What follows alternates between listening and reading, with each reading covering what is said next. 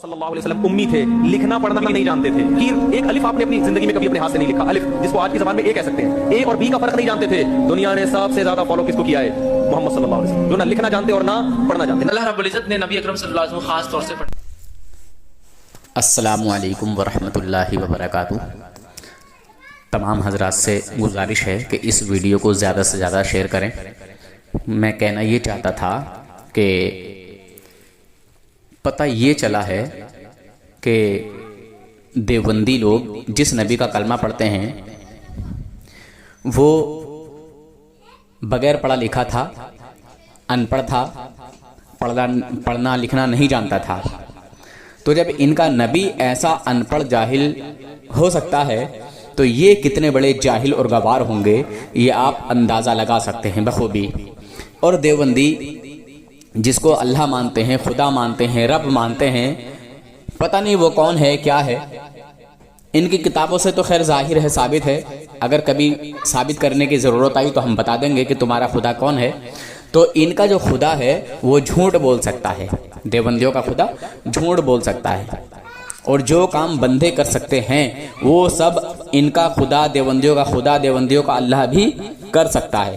جس کو دیوبندی اپنا رب مانتے ہیں, خدا مانتے ہیں, اللہ مانتے ہیں, کیا کیا مانتے ہیں. بہرحال مگر ہم مسلمانوں کا خدا سچا ہے, اللہ ایک ہے, وہ پاک ہے, بے عیب ہے. اور ہمارا نبی پڑھا ہے, لکھا ہے, کسی دنیا دار سے نہیں, پروردگار سے, اللہ رب العزت سے. اللہ تعالیٰ کے علاوہ ہمارے نبی صلی اللہ علیہ وسلم نے جو ہے کس سے علم نہیں سیکھا. ہمارے آقا نے, ہمارے نبی نے, ہمارے نبی کو جو علم حاصل ہے وہ اللہ کا عطا کیا ہوا حاصل ہے. اللہ نے عطا کیا ہے, اللہ نے پڑھایا لکھایا ہے. ٹھیک ہے, ہمارا جو نبی ہے, ہمارا نبی تمام نبیوں سے افضل, تمام نبیوں سے اعلیٰ. مگر دیوبندیوں کا نبی ان پڑھ جاہل گوار. دیوبندیوں کا خدا جھوٹ بولنے والا, جھوٹ بول سکتا ہے کبھی بھی, یعنی اس پر اعتبار نہیں کیا جا سکتا. یعنی وہ کہتے ہیں نا یار کبھی بھی اس کی نیت خراب ہو سکتی ہے, اس سے چوکنا رہا جائے. سمجھ لینا میری بات کو مسلمانوں, بڑے غور و فکر کی بات ہے. تو لہذا میں آپ کو یہ ثبوت کے ساتھ بھی بتانا چاہتا ہوں, میں خود نہیں کہہ رہا ہوں, میں ابھی سنوا دوں گا. دیوبندیوں نے کہا ہے کہ نبی جو ہے وہ ان پڑھ تھے, نبی پڑھنا لکھنا نہیں جانتے تھے. یہ سب انہوں نے کہا ہے, ثبوت پیش کروں گا انشاءاللہ. آئیے سنیے, دیکھیے, اور پھر فیصلہ کیجئے کہ آپ کس نبی کو مانتے ہیں. جس نبی نے ساری کائنات میں علم کو پھیلایا, علم کی روشنی کو پھیلایا, اس نبی کو مانتے ہیں. جس نبی نے صحابہ کو پڑھنا لکھنا سکھایا, اس نبی کو آپ مانتے ہیں, یا پھر اس دیوبندیوں کے نبی کو مانتے ہیں جس کو پڑھنا لکھنا ہی نہیں آتا تھا. بتائیے, کیا آپ اس رب کو مانتے ہیں جو سچا ہے, جس کا دین سچا, جس کا قرآن سچا, جس کا نبی سچا, یا پھر اس کو مانتے ہیں جو خود جھوٹ بول سکتا ہے؟ سمجھے, فیصلہ کیجئے.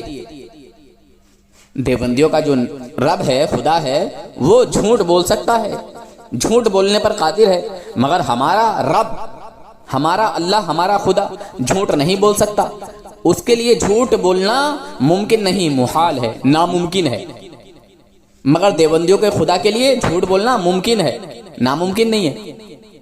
سمجھے, دیوبندیوں کا خدا جھوٹ بول سکتا ہے.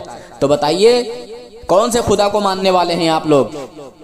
دیوبندیوں کے خدا کو مانیں گے یا ہم اہل سنت والجماعت کے خدا کو مانیں گے, اللہ کو مانیں گے؟ بتائیے اور فیصلہ کیجئے. لیجئے سنیے, میں آپ کو لگے ہاتھوں سنوائی دیتا ہوں کہ دیوبندیوں کا جو اللہ ہے, جو خیر چلیے وہ بعد میں انشاءاللہ.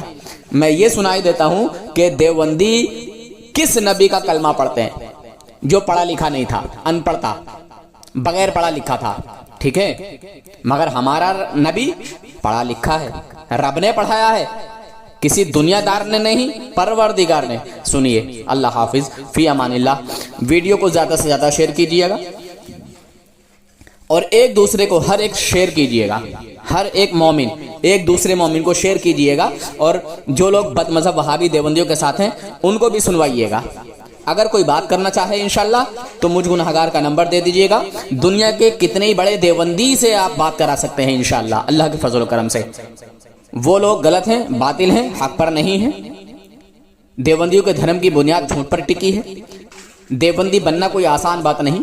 دیوبندی بننے کے لیے سب سے پہلے بے شرم، بے حیا، بے غیرت ہونا ضروری ہے، لازمی ہے، اور پھر اس کے بعد جھوٹ بولنا، مکاری کرنا، دغابازی کرنا، فراڈ کرنا، یہ سب شامل ہے اس میں۔ حیادار انسان، وفادار انسان کبھی بھی بد مذہب وہابی دیوبندی نہیں بن سکتا۔ خیر آگے آپ فیصلہ کریں۔ اللہ حافظ، فی امان اللہ۔ سنیے، صلی اللہ علیہ وسلم امی تھے، لکھنا پڑھنا بھی نہیں جانتے تھے، ایک الف آپ نے اپنی زندگی میں کبھی اپنے ہاتھ سے نہیں لکھا، الف جس کو آج کی زبان میں اے کہہ سکتے ہیں، اے اور بی کا فرق نہیں جانتے تھے۔ دنیا نے سب سے زیادہ فالو کس کو کیا ہے؟ محمد صلی اللہ علیہ وسلم، جو نہ لکھنا جانتے اور نہ پڑھنا جانتے۔ اللہ رب العزت نے نبی اکرم صلی اللہ علیہ وسلم خاص طور سے پڑھنا لکھنا نہیں سکھایا۔ اللہ چاہتا تو سکھا سکتا تھا۔ The Prophet ﷺ did not know how to read nor write. But Allah says the bulk of them were unlettered. هو الذي بعث في الأميين رسولا منهم. It is Allah who sent a messenger amongst the unlettered, one from amongst them to them. So the bulk of them were unlettered. He was honest enough to say, I am unlettered. کہ اللہ کے نبی کا یہ معجزہ تھا کہ آپ لکھنا پڑھنا نہیں جانتے تھے۔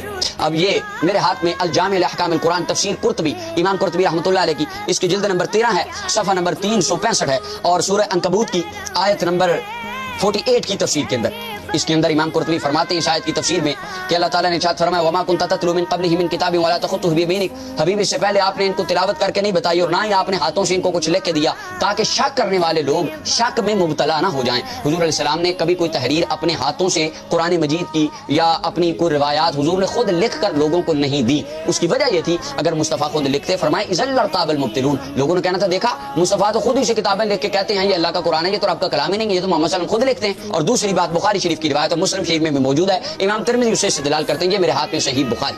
اب اس کے اندر حدیث نمبر 2699 ہے، رسول پاک صلی اللہ علیہ وسلم نے معاہدے کے اندر حضرت مولا علی المرتضیٰ شیر خدا رضی اللہ معاہدہ لکھنے والے تھے، انہوں نے لکھا کہ یہ